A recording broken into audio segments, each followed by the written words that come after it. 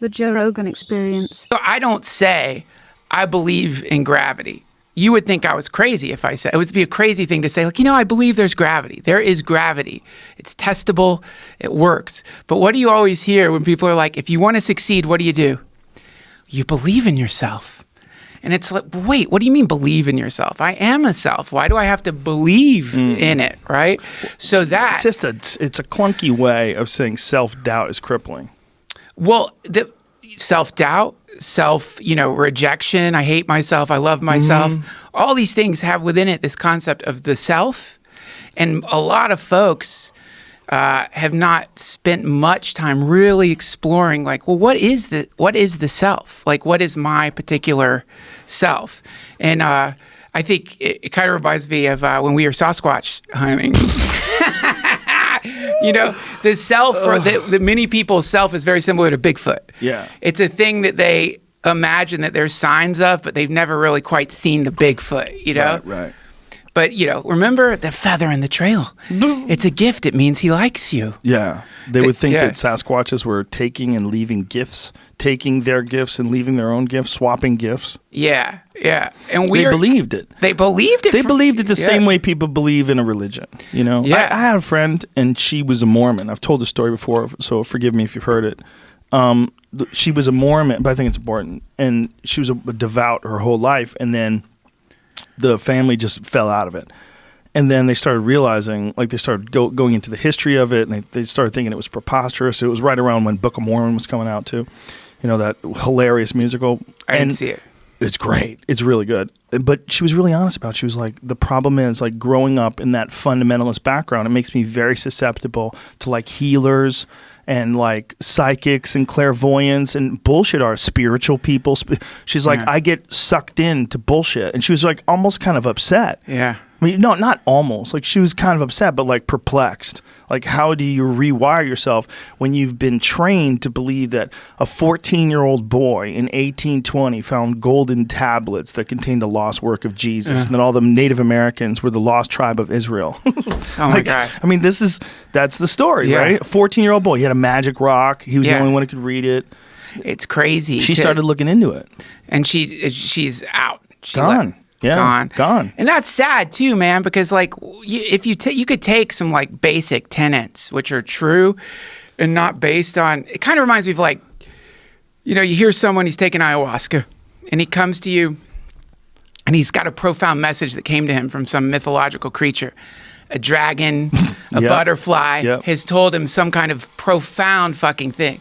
Yeah. And you realize, the bubble machine of profundity. You got a bubble machine for 1313 episodes. Yeah, whenever we're talking about... That's cool. I like it. That's so wonderful. Let's keep it rolling.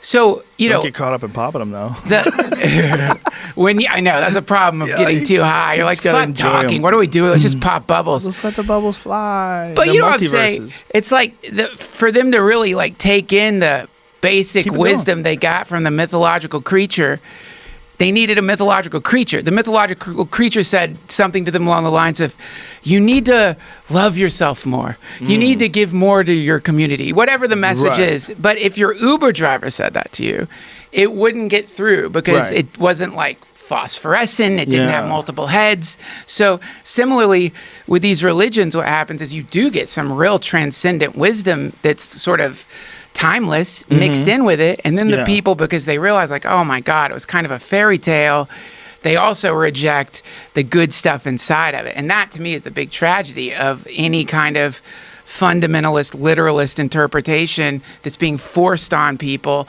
is because within that is inevitably something great, or it wouldn't be so viral. Like, Christianity wouldn't be here right now if there wasn't a core thread in it that had a beautiful message in it. It makes people nicer people. I actually had a really big conversation this weekend with a very good friend about another very good friend who's very religious. And we were saying, like, I think for some people it's an amazing framework and a guide to live your life. I really do believe that. I have several friends that are very devout Christians. Yeah, it's beautiful. And they're the nicest people I know. And Mormons, by the way. I have friends that are Mormons still to this day. I have several friends that are Mormons, and they're some of the nicest people. Yeah. And I don't care if they believe something that I don't believe in. That's okay. It's okay. It is okay. But I mean, the idea that everyone is supposed to buy into stuff without questioning it is the reason why we are 51-year-old, 16-year-olds. Dude, I agree. And then there's the deeper symbolic shit that seems to be encoded in Christianity, whether from people projecting their own understanding on a pretty wild symbol set, or maybe it was intentional. Either way, there's like a cool, like, you know, if we talked about this, like if you take a cube and unfold it, it makes a crucifix, and like the cube represents pre-Big Bang conditions. Whoa. And the crucifix represents past, present, and future intersecting with eternity. And so if you have a square, I get it. So the length, the height is twice as the width. Yeah. Okay. It unfolds into a crucifix. For people that are annoyed with that sound, it sounds like a pencil sharpening over and over and over again. We're sorry. Sorry about that, y'all, but bubbles don't come free. You need a machine. You gotta have a... We could hire somebody. Hire some dude, just blow bubbles. What do you do? I blow bubbles on the JRE, bro. Some like fucking manly wrestler dude. I would do that, man. I would definitely do that. Yeah, different people come in and blow bubbles. And occasionally they chime in, hey, I'm going to be on the JRE next week. What are you doing? I'm blowing bubbles. Oh, cool. You're the bubble blower for the week. You could start something that became like, that's just what people do. It's like, did you get your bubble man yet? Right. Yeah. I'm a classic bubble man. I know how to do it. The new guys, they're too loud when they blow.